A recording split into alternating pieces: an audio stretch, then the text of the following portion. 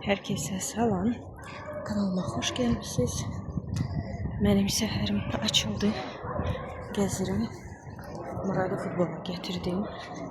Özüm isə burada yürüyüş eləyirəm. Soruşursunuz, gün ərzində nə qədər gəzirəm? Gün ərzində olur da 6.000, 8.000, belə olur ki 11.000, belə.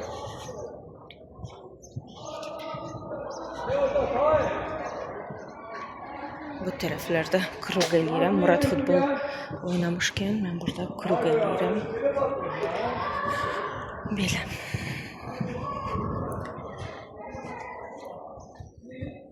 Bugün bizdə mərci supudur. Belə bulyonda düzəldirəm həmişə.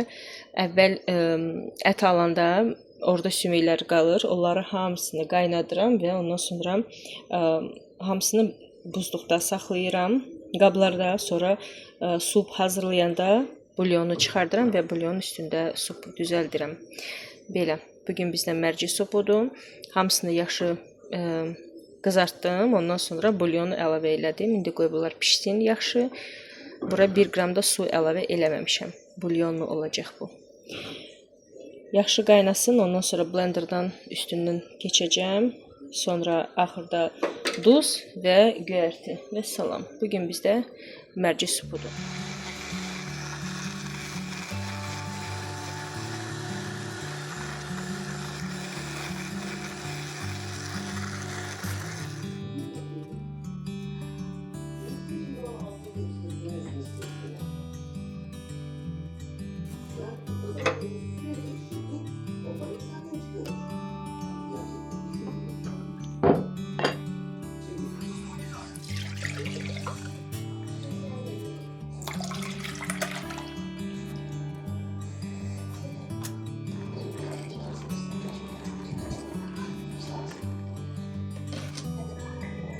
Təkrar qatlaşdırılmış süd hazırlamaq istəyirəm.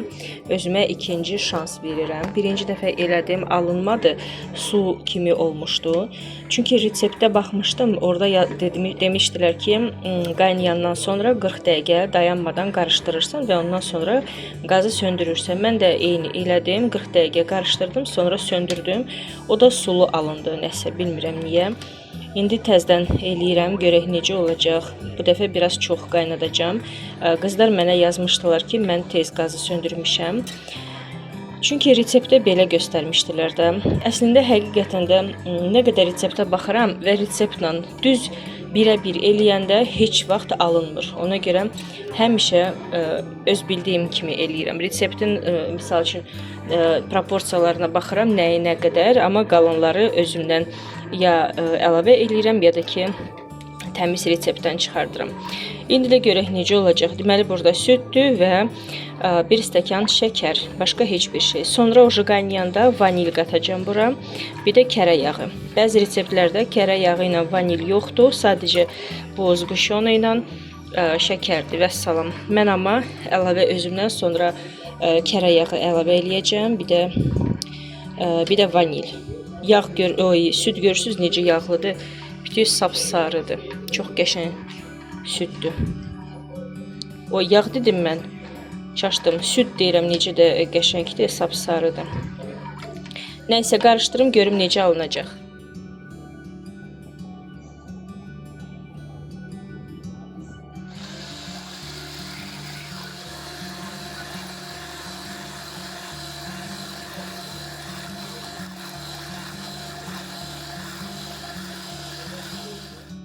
Bu da mənim qatlaşdırılmış süd. Görürsünüz necə alındı. Çox qəşəng, dadı da əla.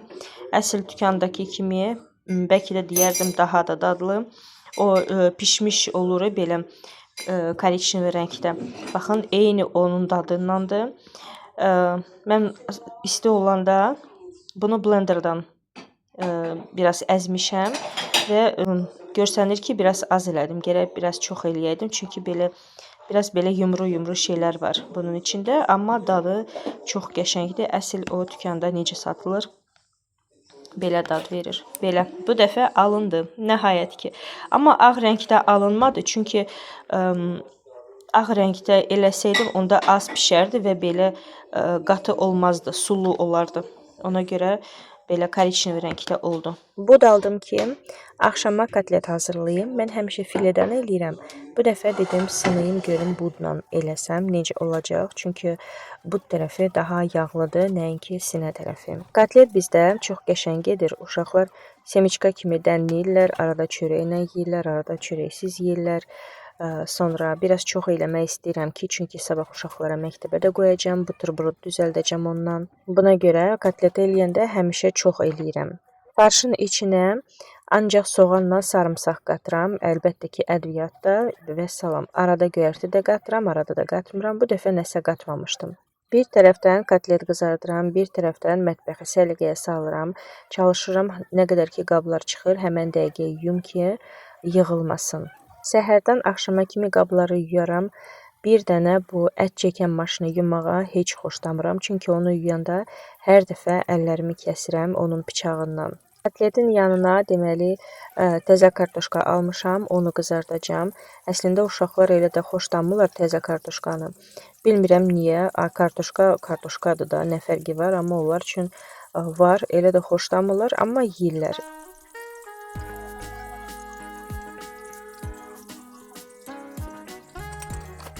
Yeməyi tez bişirim, sonra istəyirəm həyətə düşüm. Görürsünüz də, nəhayət ki, bizdə gün çıxdı. May ayında biz həmişə yay paltarında gəzərdik. Amma indi elə havalardır ki, soyuqdur, küləkdir, başa düşə bilmirsən, indi yazdır, yoxsa payızdır. Mən belə başa düşürəm ki, bu il yay gec gələcək. Keçən il mayın ortasında biz baseyn qurmuşduq. Amma indi nəinki baseyn, biz hələ də qısa qol koftalarla həyətə çıxıb gəzə bilmirik. Məktəbin bitməyinə lap az qalıb, hardasa bir neçə həftə qalıb və ondan sonra bizdə tətil başlayacaq. Tətildən sonra isə hardasa bəlkə də bir həftə oxuyacaqlar ya da ki oxumayacaqlar və ondan sonra yay tətili başlayacaq.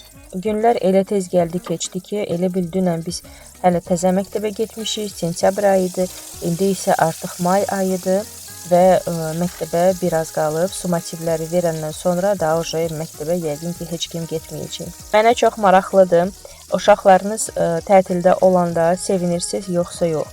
Mən bir tərəfdən sevinirəm, çünki heç ara tələsmirəm, istədiyim kimi hərəkət eləyirəm, evimin işlərini görürəm, yəni heç bir şey yarımçıq qoymuram, ya da ki çöldə işim olsa əgər, qaça-qaçda fikirləşmirəm ki, evə vaxtında qayıtmaq lazımdır ki, uşaqlar məktəbdə qalmasın. Amma o biri tərəfdən bilirəm ki, bütün günü mətbəxdə keçəcək, çünki uşaqlar nəsə maraqlı yemək istəyirlər, nəsə atışdırmalı bir şey istəyirlər, bütün günü mətbəxdə bişirəcəm. Bəzi vaxtları deyinirəm, çünki yoruluram, amma deyinən kimi həmən dəqiqə özümü saxlayıram və deyirəm, şükür elə ki, sənin bir ailən var, uşaqların var ki, sən kiməsə yemək bişirirsən və sən bişirdiyini kimsə yeyir. Əlbəttə ki, biz də insanıq, biz də yoruluruq və bezirik, amma insan hərəkət eləməlidir də. Hərəkət eləməsən, insan passivləşir, daha da pis olur. Mən hər səhər duranda çalışıram, heç olmasa 5 dəqiqə idman eləyim, nə yalan deyim, arada heç axot olmur. Deyirəm, birazdan eləyəcəm, birazdan da vəbşə eləmirəm və hiss eləyirəm ki, mən bugün idman eləməyəcəm və ona görə başlayıram evi təmizləməyə. Dağıdıram, tökürəm şkafı, bir polkanı tökürəm yerə və təzədən başlayıram onu yığmağa, yəni bir sözlə hərəkət eləməyə. Bəzi isə elə günlər olur ki, divandan durmaq heç istəmirəm. Yaxşı ki, mənim ailəm var, uşaqlarım var, hansı ki, məcbur dururam və gedirəm iş görməyə. İndi də tez yeməyimi hazırlayım, qabları yuyum və düşüm aşağı, gedim baxım çöldə vəziyyət nə yerdədir. Həyətə düşdüm ki, toyuqları yedizdirim və dedim sizə göstərim. Ağ gilas görün nə qədər üstü doludur. İnşallah ki, hamısı yetişəcək. Yağış olmasa, güclü yağış olmasa, güclü külək olmasa, heç nə tökülməz və hamısı yetişər. Məncə bu il gilas çox olacaq. Bazarda da yəni çox olacaq və ucuz olacaq. Çünki əgər bizdə indi vəziyyət belədirsə, məncə bazarda da çox olacaq bu il. Belə gilasımız. Bu isə feyxuadır. Meyvə olmayacaq, çünki deyirlər ki, feyxu ağacı 2 dənə olmalıdır. və bizdə var, Elnur əslində aldım. Amma həyət tərəfdədir. Gərək bura gətirək ki, bu tərəfə qoyaq. Onda bəlkə də meyvə çıxar. Düzdür, bu il все daha getdi. Gələn il inşallah. Vəziyyəti yaxşıdır ağacın. Yarpaqlar təzə çıxırlar. Amma çiçəklər yoxdur da. Eyb yox. Bu il çox şükür ki, bütün ağaclar bizdə qurumayıb. Hamısı yaxşıdır. Yaxşı vəziyyətdədir. Aha, burada da nəsə var. Bir də 2 dənə. Bu nə ağacıdır bilmirəm.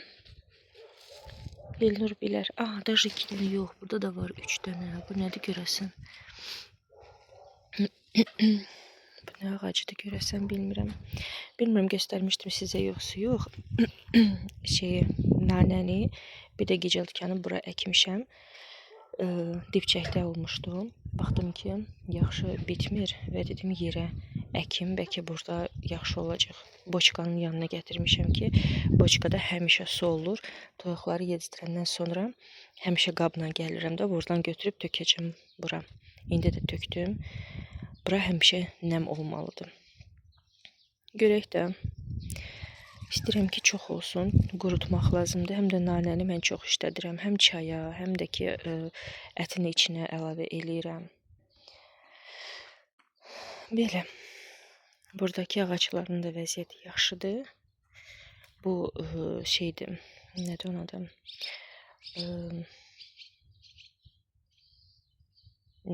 Nədir onun adı? Heyva. Heyva ağacı. Görürsünüz nə qədər çiçəklər var üstündə. Bir də bu ərikdir. Əriyin üstündə heç nə yoxdur. Bu il meyvəsi olmayacaq. Eyb yox. Biz gözləyərik. Əsas odur ki, qurumadı ağac. Bir də bu ağacı mamadan götürmüşdük. Qarağat ağacıdır. Mamadan götürmüşdük. Bütün çiçəyin içindədir. İnşallah ki, üstündə qarağatlar da olacaq. Bu da qarağat ağacıdır. Bunu səhvən gətirib bura əkmişik. Bunu gərək hasarın qırağından belə əkək. Eyb yox qalsın. Payızda yer dəyişərik bunun. Belə vəziyyət aqarodda belədir. Burada bizdə həmişə kimi bardaqdır. Amma düzələr inşallah. Elnur iş görür. Usta deyil. Hər gün işləmir. Həvəsi olanda gəlir 1-2 saat işləyir burada. Sonra qalxır evə. Həm də ki, axır vaxtları havalar imkan vermir. Həyətdə iş görəsən. Soyuqdur. Küləkdir. Bezdirici küləkdir. Belə, nəysə. Biraz həyətdə fırlandım və sonra qalxdım evə. Ailəmi yedizdirdim.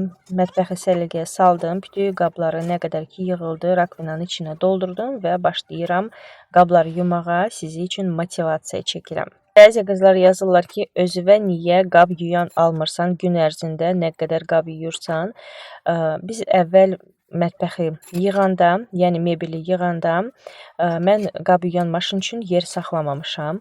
Çünki heç istəmirdim. İndi də əslində heç istəmirəm. Çünki mənim üçün qab yumaq problem deyil. Fikirləşirəm ki, əgər bizdə evdə qab yuyan maşın olsa, məncə onu ancaq evdə qonaqlar olanda işlədəcəm. Başqa vaxtları yenə də əllə yuyacam. Çünki artıq belə öyrəşmişəm. Deyim sizə, qab yuyan maşını niyə almıram? Çünki tez-tez belə suallar gəlir. Çünki birincisi yer yoxdur mətbəxdə. Gərək dəyişiklik eləyək. Onun üçün bir yer ayıraq. İkincisi də ki, qab yuyan maşın elə də ucuz deyil ki, gedim sabah misal üçün alım. Eşitmişdim ki, qab yuyan maşının içində çox şeyləri yumaq olmaz. Bir də ki, ora qab qoyanda gərək üstünü təmizləyəsən, təmiz qabı qoyasan ki, onu yusun. Yəni, onsuz da mən əllərimi bulayacam. Elə bir dəfəlik özüm əllə yuyuram da. Qab yumaq üçün məndə problem yoxdur. Mənim problemim odur ki, qabları silib və yerinə yığmaqdır. O da sağ olsunlar, mənim uşaqlarım mənim əvəzimə o işi görürlər.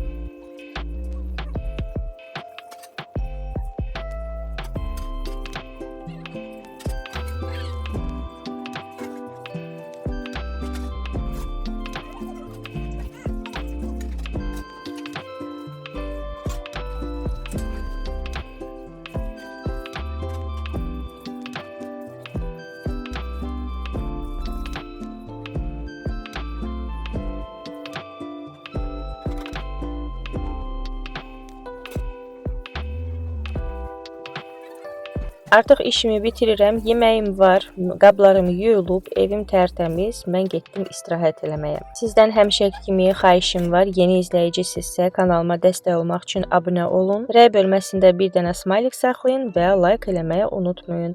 Mən isə həmişəki kimi hər birinizə can sağlığı arzulayıram. Növbəti vlogda inşallah ki, yenidən görüşərik. Hələlik.